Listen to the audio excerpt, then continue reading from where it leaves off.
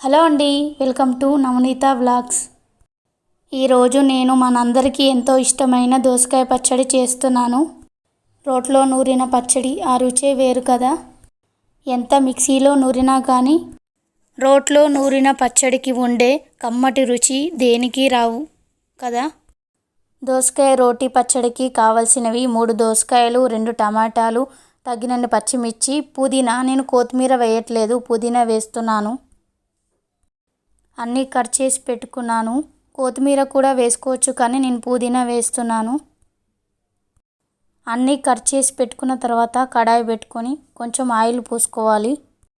Oil వేడైన తర్వాత పచ్చిమిర్చి వేసుకోవాలి. నేను పచ్చిమిర్చి తుంచి వేస్తున్నాను. తుంచి వేస్తే త్వరగా వేగుతాయి. పచ్చిమిర్చి కొంచెం వేగాక అందులోనే కొన్ని మెంతులు, కొంచెం జీలకర్ర వేసుకోవాలి. వేసుకొని కొంచెం ఫ్రై చేసుకొని అందులోనే 5-6 వెల్లిపాయలు వేసుకోవాలి. నేను వెల్లిపాయలు పొట్టు తీయకుండానే అలానే వేశాను. మెంతులు, జీలకర్ర కొంచెం వేగిన తర్వాత కడిగి పెట్టుకున్న పుదీనా వేసుకోవాలి. పుదీనా వేసి కొంచెం బాగా ఫ్రై చేసుకోవాలి. పుదీనా తినడం వల్ల పిల్లలకి ఆకలిని పెంచుతుంది. పుదీనా చాలా మంచిది తింటే. పుదీనా మొత్తం ఫ్రై అయ్యేంత వరకు ఫ్రై చేసుకోవాలి. చూడండి, మంచిగా ఫ్రై అయ్యింది. ఇప్పుడు దీన్ని రోట్లో వేసుకుందాం. అంతా రోట్లో వేసుకోవాలి. ఫ్రై చేసుకుందంతా రోట్లో వేసుకున్న తర్వాత అదే కడాయిలో కొంచెం ఆయిల్ పోయాలి. ఆయిల్ వేడయ్యాక మనం కట్ చేసి పెట్టుకున్న దోసకాయ ముక్కలు వేసుకోవాలి. దోసకాయ ముక్కలు నేను గింజలు కూడా అలానే ఉంచాను. మనం తింటుంటే గింజలు తగులుతుంటే ఆ టేస్ట్ చాలా బాగుంటుంది. ఫస్ట్ టమాటా ముక్కలు వేసుకోవాలి. ఆయిల్లో ఫ్రై అయిన తర్వాత దోసకాయ ముక్కలు వేసి అంతా కలిసేటట్టు కలుపుకొని ఫ్రై చేసుకోవాలి కొద్దిసేపు. ఈ దోసకాయ పచ్చడిలో టమాటా వేస్తే టేస్ట్ కొంచెం చాలా బాగుంటుంది.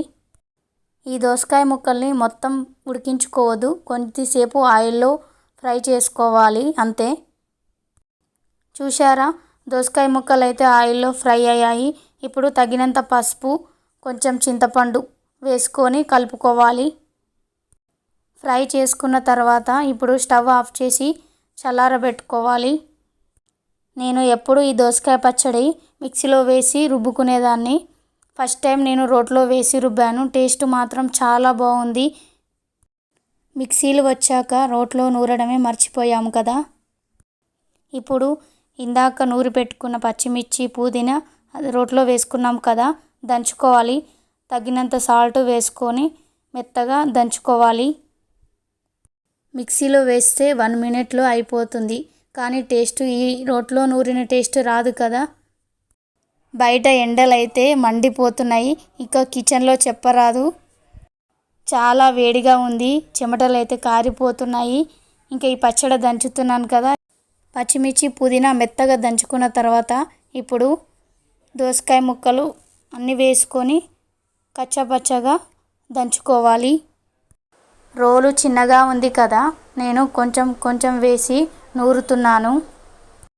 దోసకాయ ముక్కలను మెత్తగా కాకుండా కాస్త కచ్చాపచ్చగా ఉంటేనే మనం తినేటప్పుడు ముక్కలు తగులుతుంటే చాలా బాగుంటుంది.